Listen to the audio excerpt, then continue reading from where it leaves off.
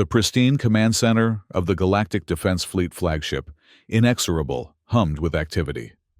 Massive holodisplays projected the contested Proxima Vortex system in exquisite detail, highlighting the positions of the fleet's vessels against the backdrop of twin blue suns. The polished alloy surfaces reflected the cold, clinical light of quantum terminals, where officers of a dozen species monitored battle readiness. Commander Elias Rain stood with perfect military posture, his weathered face a mask of professional calm. At 45, his once dark hair had surrendered significant territory to silver, particularly at the temples. The jagged scar across his left cheek had faded to a thin white line, but still drew attention against his tanned skin.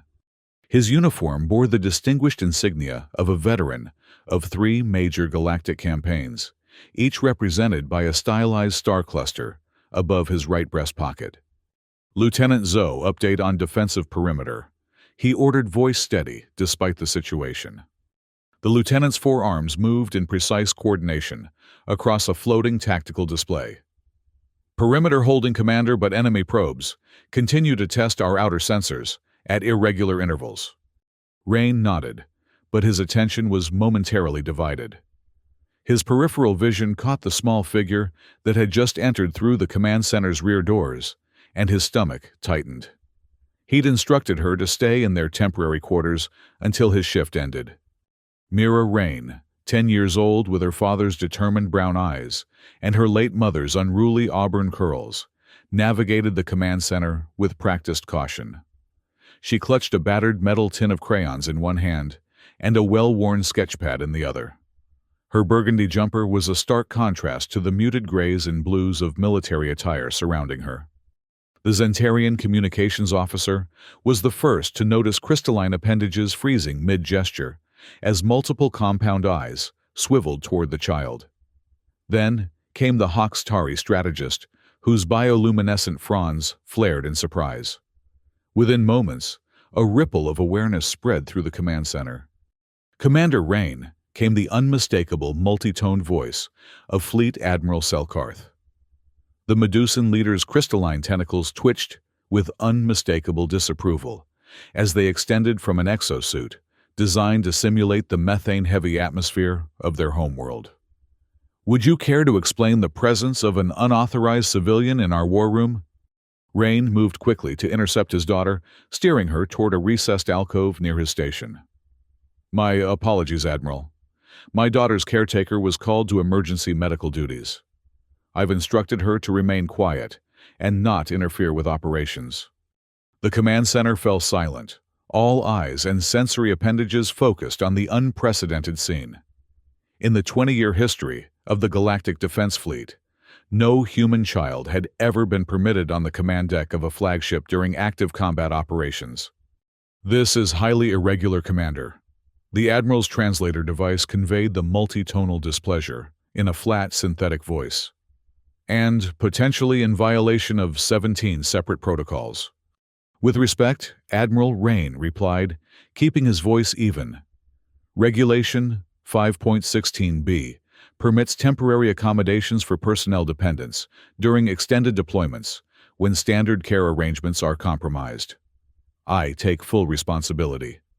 Around them, whispers and electromagnetic communications rippled among the alien officers.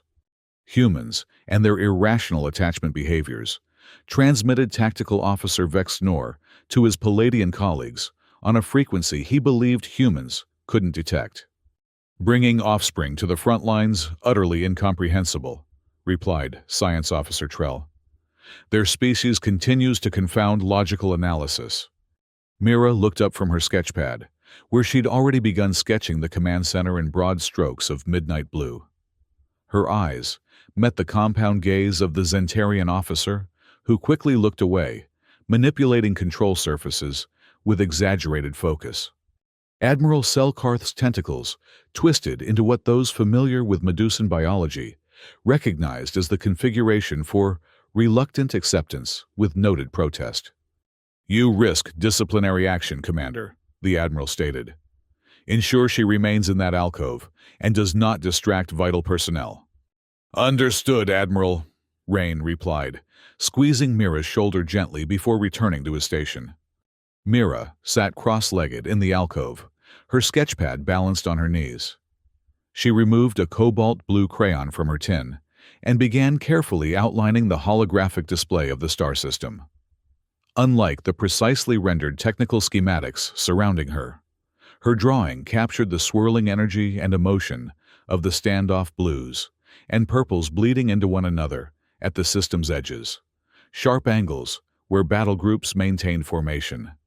"Commander," the young Terran ensign at the sensor array called out, long-range scans detecting unusual energy fluctuations at coordinates 227 Mark 43.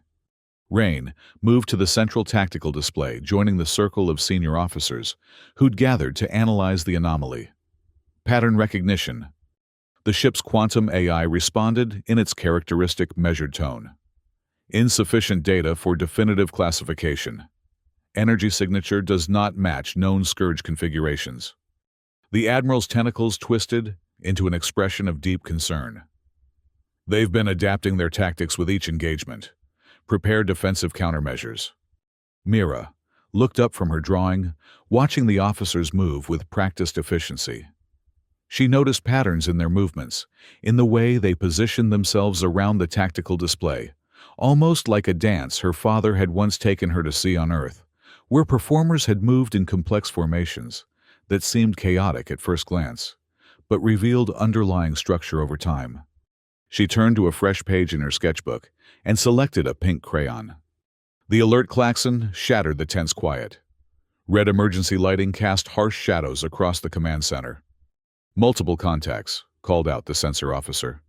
"Swarm configuration approaching at high velocity."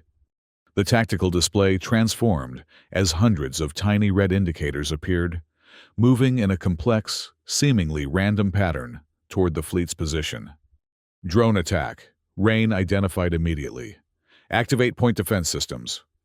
The holo display zoomed to show the approaching swarm, hundreds of small autonomous combat drones, each barely larger than a human hand, but equipped with high-yield explosive charges, capable of crippling even the largest capital ships if they struck in sufficient numbers. "Pattern analysis inconclusive," reported the quantum computer's synthetic voice. Unable to predict trajectory or targeting priorities. The alien officers exchanged worried glances. The Scourge had been employing increasingly sophisticated drone tactics in recent engagements, but never anything that could confound their predictive algorithms so completely. 30 seconds to optimal firing range, announced the weapons officer, their chitinous exoskeleton clicking nervously. Mira had moved to the edge of her alcove pink crayon, moving rapidly across her paper. She drew a spiral, then another, connecting them with precise lines. She added a blue crayon to her other hand, simultaneously creating interconnected patterns across the page. Commander Rain noticed his daughter's intense focus and the emerging drawing. Something about it nagged at his military instincts. "They're using a base 9 Fibonacci variant," Mira announced suddenly, her voice carrying in the momentary lull between alert signals. Every head in the command center turned toward her. "But it's mirror flipped," she continued, adding green highlights to her drawing. "See, they're not random. They're following a pattern based on the 9th number in each sequence, then reversing it." Admiral Selkarth's tentacles froze in what those familiar with Medusan expressions recognized as utter astonishment. "Absurd," muttered the Hawkstari strategist. "Our quantum computers can't identify a pattern, but a human child with colored wax sticks claims to see one." Rain moved quickly to his daughter's side, examining her drawing. The spiraling patterns did indeed resemble the drone formation displayed on the tactical screen, but with an underlying structure that wasn't immediately apparent in the holographic representation. 20 seconds to engagement," announced the weapons officer. The Admiral's tentacles writhed in agitation. "We have no time for distractions." "Admiral," Rain said firmly, "request permission for my daughter to explain her observation. 3 minutes, no more." "Fleet safety is at stake, Commander." The Admiral's tentacles twisted into shapes approximating extreme skepticism. 15 seconds, called the weapons officer. 3 minutes could save ships and lives if she's right, Rain pressed. The Admiral's tentacles performed the Medusan equivalent of an exasperated sigh. 3 minutes, Commander. But responsibility for any losses incurred by this delay falls on you. Rain nodded grimly, then turned to Mira. Explain, quickly. Mira stepped forward, her small frame dwarfed by the tactical display. She held up her drawing beside the hologram. They're using mathematics, but not the kind your computers are programmed to recognize. She pointed to specific clusters in the drone formation. These groups here, and here, they're following a pattern based on the Fibonacci sequence, but in base 9, not base 10. And they're mirroring it.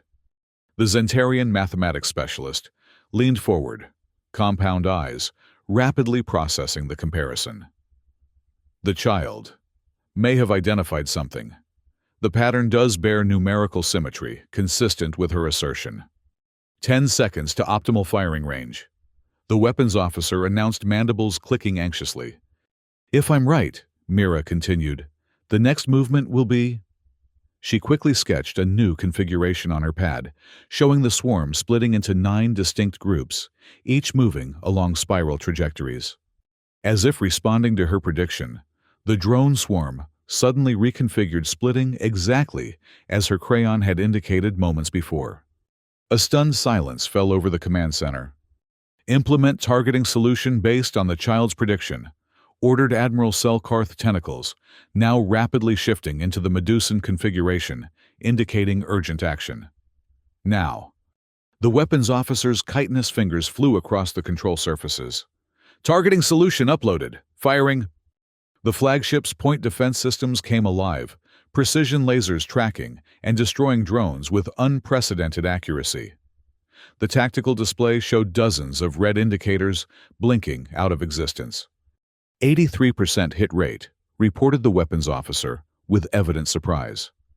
Previous engagements never exceeded 47%. Mira was already drawing again, predicting the swarm's next reconfiguration. They'll consolidate here. She indicated a region near the fleet's starboard flank, in approximately 20 seconds. Commander Rain relayed the information. All starboard batteries prepare for concentrated fire at coordinates 184 Mark 26. The Admiral's tentacles had arranged themselves into what passed for thoughtful consideration among Medusans.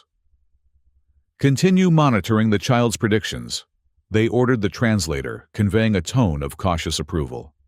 As the engagement continued, Mira moved from her sketchpad to a larger sheet that Rain quickly procured from a nearby data station.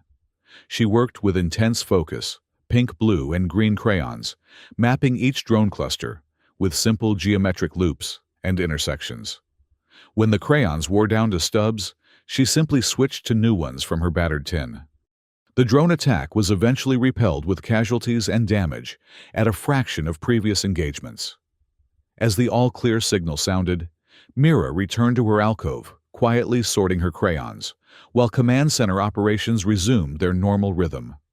Commander Rain, the Admiral's synthetic voice conveyed carefully modulated tones, a word in private. Rain followed the Admiral to a small conference chamber adjacent to the main command center, casting a reassuring glance at Mira as he left. Inside, the Admiral's tentacles arranged themselves in a formal configuration. Explain what occurred, Commander. How did your offspring identify a pattern that eluded our most advanced quantum computing systems? Rain stood at parade rest. Admiral, my daughter has always demonstrated unusual pattern recognition abilities. Her mother was a brilliant mathematician before her death 3 years ago. Mira seems to have inherited her gift for numbers, but processes them visually rather than sequentially. And the colored wax implements? Crayons, Rain clarified. They're her preferred medium. She says different colors help her track different variables simultaneously. The Admiral's tentacles twisted thoughtfully. Most irregular. But I cannot argue with results. The child will remain on standby for the next engagement. Your crayons will be considered tactical equipment until further notice. Rain suppressed a smile. Understood, Admiral. When they returned to the command center, they found several alien officers gathered near Mira's alcove, studying her drawings with evident curiosity. The Zentarian mathematics specialist was attempting to translate her crayon illustrations into formal equations on a datapad. Fascinating primitive implementation, commented the Hoxtari strategist, bioluminescent fronds, pulsing with intellectual interest. The chromatic variance seems to serve as a visual algorithmic shorthand. Mira looked up, meeting the compound eyes of the Zentarian. Would you like me to show you how it works? The mathematics specialist's crystalline appendages quivered with what might have been embarrassment at being addressed directly by the child. After a momentary hesitation, they extended an appendage toward the crayon box. This blue implement. Its significance in your notation system. Blue is for movement vectors. Mira explained, selecting the crayon and demonstrating on a fresh sheet. Pink is for formation centers, and green is for timing intervals. The specialist's compound eyes blinked rapidly, processing this information. Most efficient. Commander Rain watched this exchange with a mixture of pride and amusement. His daughter teaching advanced mathematics to one of the most intellectually sophisticated species in the galaxy, using crayons. The relative calm was shattered when alert klaxons sounded once more. Second drone wave detected, called out the sensor officer. Configuration appears even more complex than the first. Officers rushed back to their stations as the tactical display updated to show a new formation approaching this one, comprising at least twice as many drones, moving in what appeared to be a three-dimensional helix pattern. Estimated time to intercept 2 minutes, reported the weapons officer. Admiral Selkarth's tentacles twisted decisively. Commander Rain, deploy your specialist. Rain nodded, gesturing to Mira. You're up, sweetheart. Mira approached the tactical display with her sketchpad and crayons. After studying the approaching formation for several seconds, she began drawing rapidly, using multiple colors simultaneously. It's similar to the previous pattern, she explained, as she worked but with quaternary branches, rather than binary. The Zortel Chief Tactical Officer, a tall, angular being with a rigid endoskeleton, stepped forward. This is preposterous, they declared, vocal membranes vibrating harshly. We are a military installation, not a preschool. The fate of the fleet cannot rest on childish scribbles. Commander Rain tensed, but maintained his professional demeanor. With respect, Officer Zortel, those childish scribbles just saved several of our ships. I suggest we evaluate results rather than methods. The commander's logic is sound, interjected the Zentarian mathematics specialist, compound eyes fixed on Mira's emerging drawing.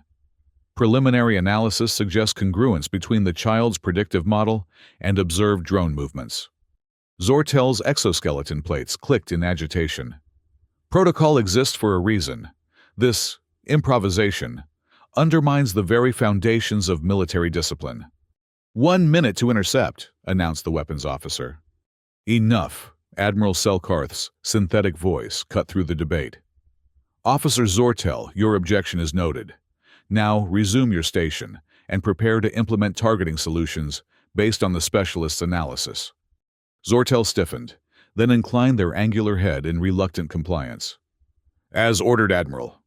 Mira had completed her drawing and was now explaining it to the weapons officer. They'll converge here, here, and here, she indicated 3 points on the tactical display. But it's a feint. The real attack will come from these smaller clusters that are currently maintaining their distance. The weapons officer nodded chitinous fingers, inputting targeting parameters. Targeting solutions updated. All batteries standing by. Execute, ordered the Admiral. Once again, the fleet's weapons found their marks with unprecedented accuracy. The main drone formations were decimated before they could initiate their attack runs, while the smaller flanking clusters were caught in carefully timed defensive fire. A small cheer quickly suppressed rose from the human officers present. Several alien officers exchanged impressed glances, while others maintained studious neutrality. Mira returned to her alcove, methodically arranging her crayons by color family. Commander Rain caught her eye and gave her a subtle nod of pride before returning his attention to the tactical situation. The attacks continued over the next several hours, each drone formation more complex than the last, each successfully countered, thanks to Mira's crayon-coded predictions. Word spread throughout the flagship, and soon junior officers were finding excuses to pass by the command center, hoping to glimpse the human child, who was outthinking the enemy's best algorithms with colored wax. During a brief lull, Commander Rain brought Mira a nutrient pack and a container of water. "How are you holding up?" he asked quietly, kneeling beside her. Mira shrugged, taking a sip of water.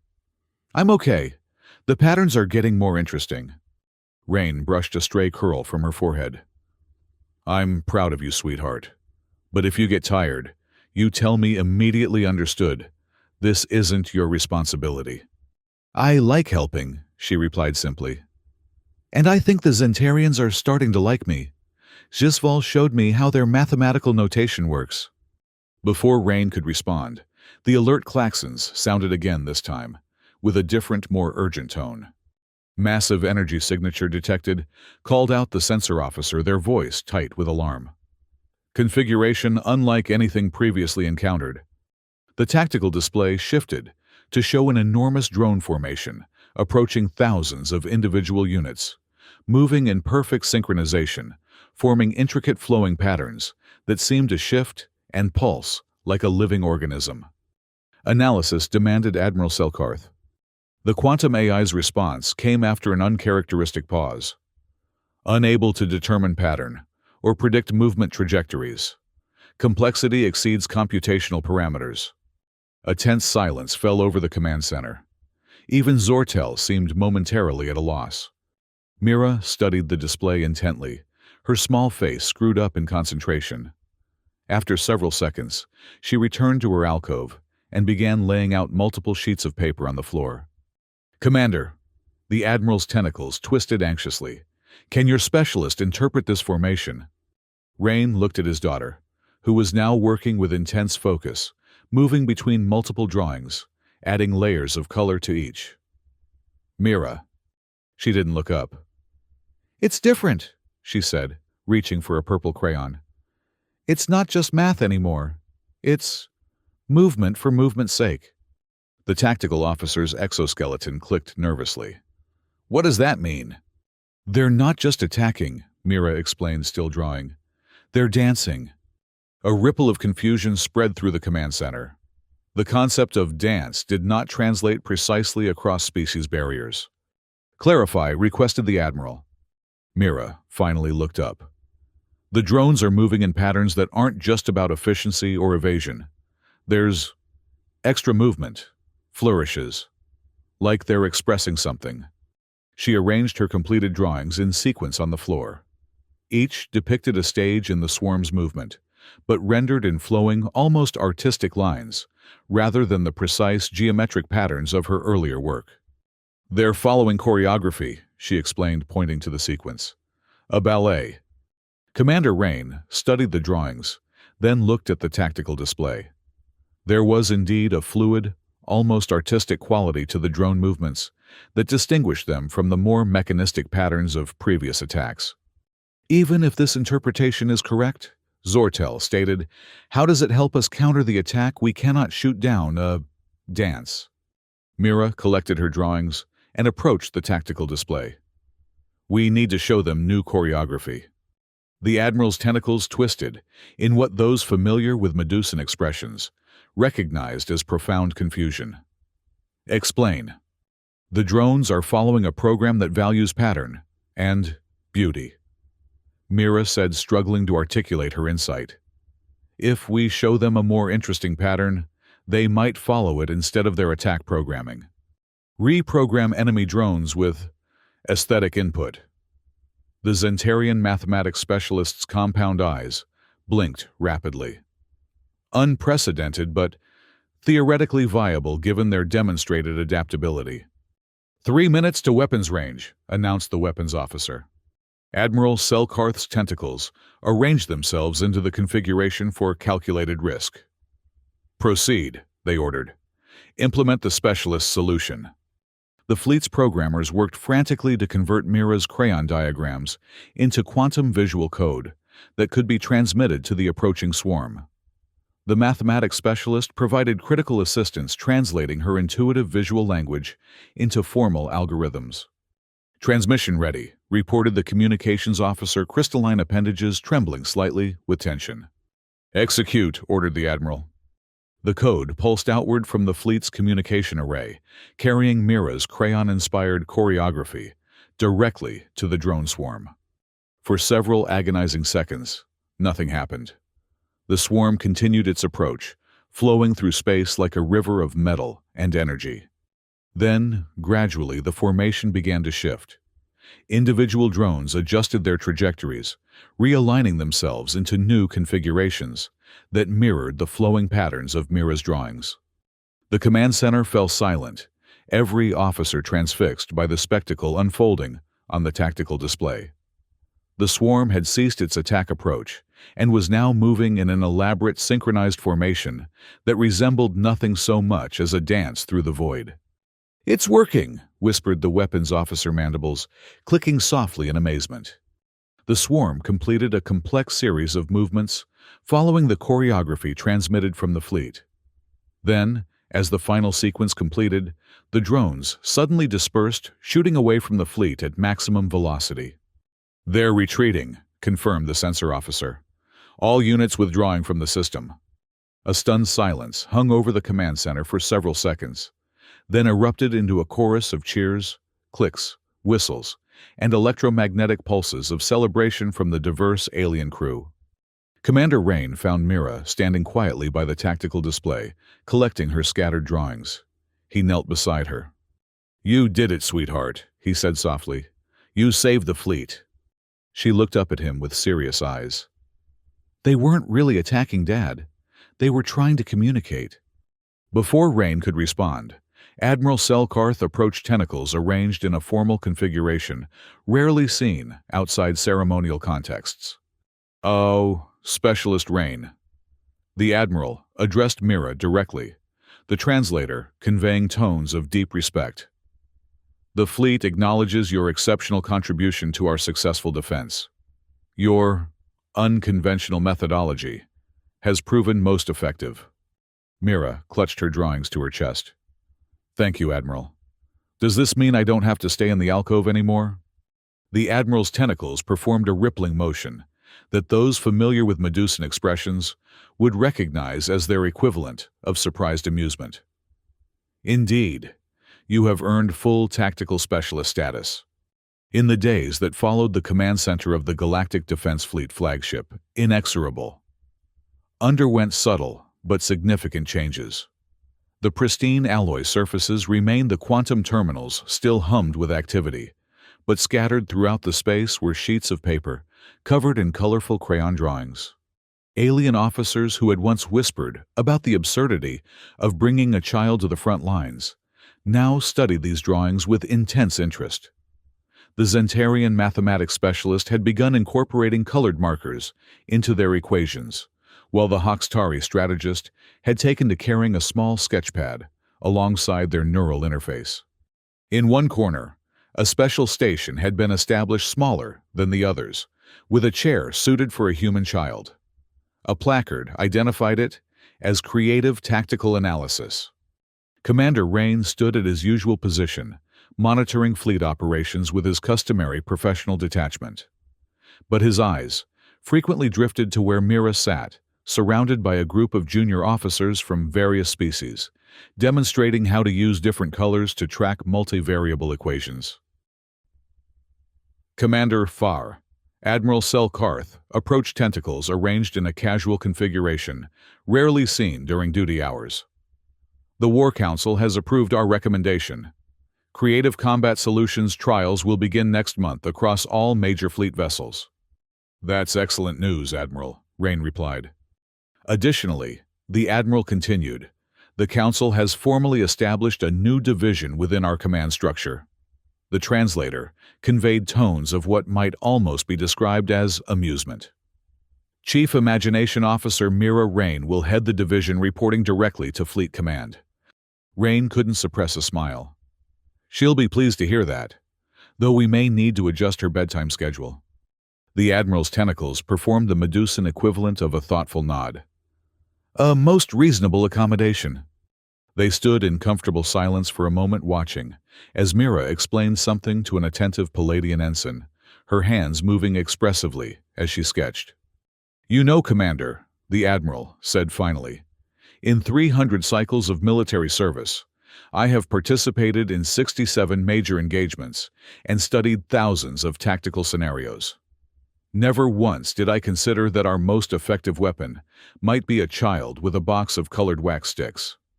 "Crayons, Admiral," Rain corrected gently. "Indeed, crayons."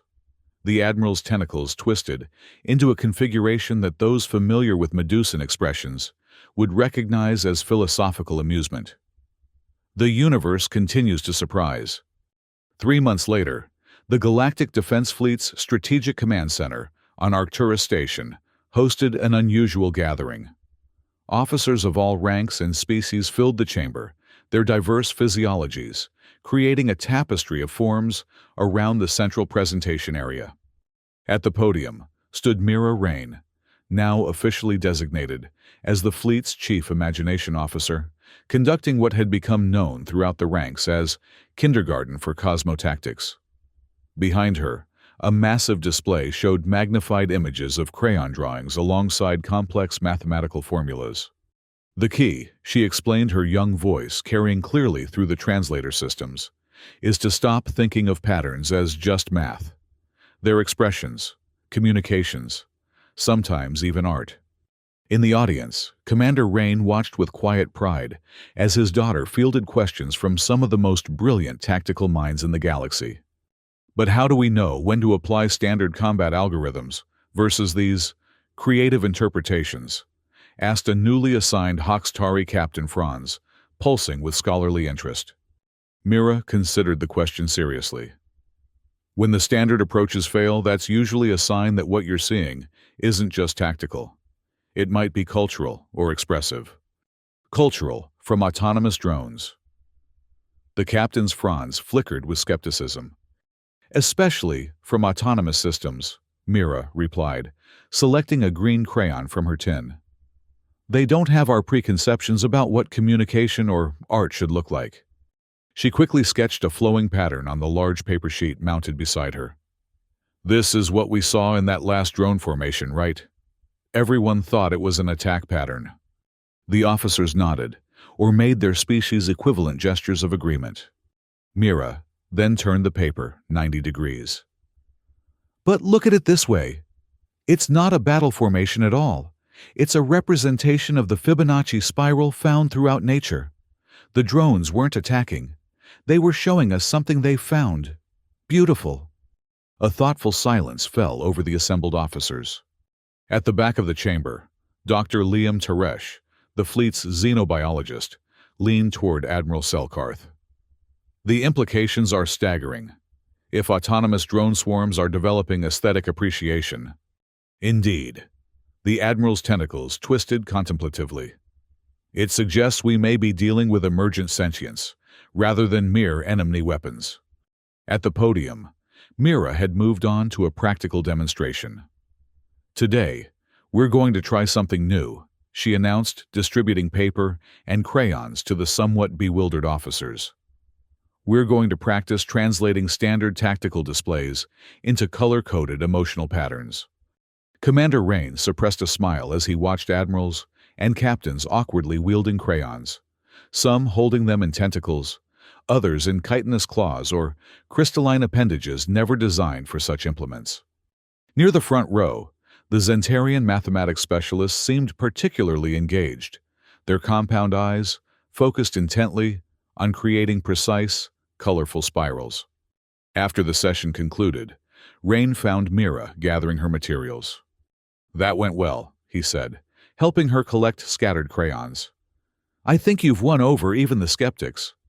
Mira nodded seriously. "The Zentarians are really good at it. They can hold 3 crayons at once with their appendages." "Unfair advantage," Rain agreed solemnly. As they prepared to leave, they were approached by a group of Zentarian mathematicians, led by the specialist, who had first helped translate Mira's drawings during the initial drone encounter. Chief Imagination Officer Rain, the specialist, addressed Mira, formally compound eyes, blinking in what humans who worked closely with Zentarians recognized as their expression of respectful interest. "We have been studying your methodologies with great fascination." "Thanks," Mira replied. "You guys are getting really good with the crayons." The specialist's crystalline appendages arranged themselves in a gesture of modest acknowledgement. "Your instruction has been most illuminating.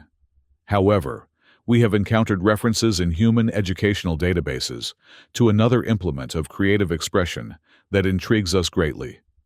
"Oh," Mira looked curious. "What's that?"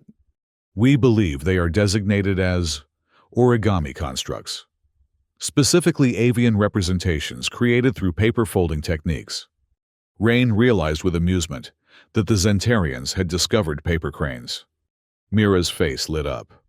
"I can teach you how to make those. They're easy once you learn the steps." The specialist's compound eyes blinked rapidly in what those familiar with Zentarian expressions would recognize as excitement. Such knowledge exchange would be most valuable. Perhaps there are paper folding algorithms that might further enhance our understanding of multidimensional pattern recognition. Commander Rain watched as his daughter led the group of eager Zentarian mathematicians to a nearby table and began demonstrating the ancient earth art of folding paper cranes. The crystalline aliens bent over the table, their appendages carefully mimicking her movements as she creased and folded a square of paper into avian form.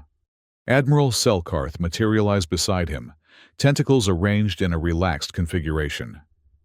"Remarkable," the Admiral observed. 3 months ago, the Zentarian Mathematical Consortium would have dismissed such activities as primitive irrelevancies. "And now they're learning origami," Rain replied with a smile. "Indeed." The Admiral's tentacles performed a subtle gesture that conveyed philosophical amusement. "It seems your daughter has initiated something of a cultural revolution within our ranks."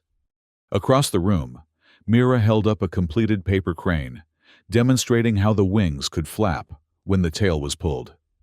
The Zentarian's compound eyes blinked in synchronized appreciation. "Sometimes," Rain said quietly, "the universe's most sophisticated problems only need a child's crayons and a fresh way to color outside the lines." The Admiral's tentacles twisted into the Medusan configuration for profound agreement. "Indeed, Commander, indeed." As they watched, Mira carefully placed her completed paper crane into the crystalline appendage of the Zentarian mathematics specialist.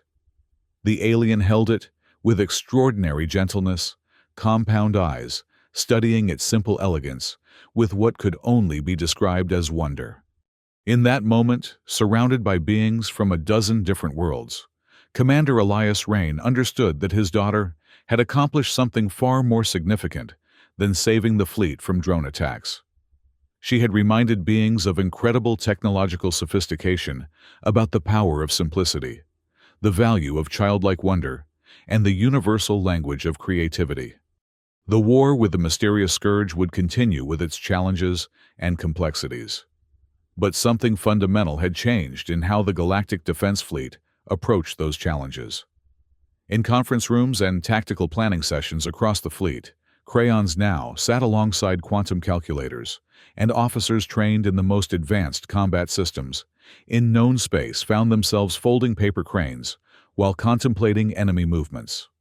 And at the center of this quiet revolution was a 10-year-old girl with a battered tin of crayons, teaching the defenders of galactic civilization how to see the patterns hidden in plain sight, the mathematics of beauty, the choreography of conflict, and the artistry concealed within the cold equations of war. As the Zentarian carefully raised its newly created paper crane, examining how light played across the folded surfaces, Mira caught her father's eye across the room and smiled the simple, joyful smile of a child who had found her place in a vast and complicated universe. Commander Rain smiled back, his heart full of pride for the daughter who had taught an interstellar fleet that sometimes the most powerful weapons weren't weapons at all, but rather the creative spark that made sentient life throughout the galaxy something worth defending.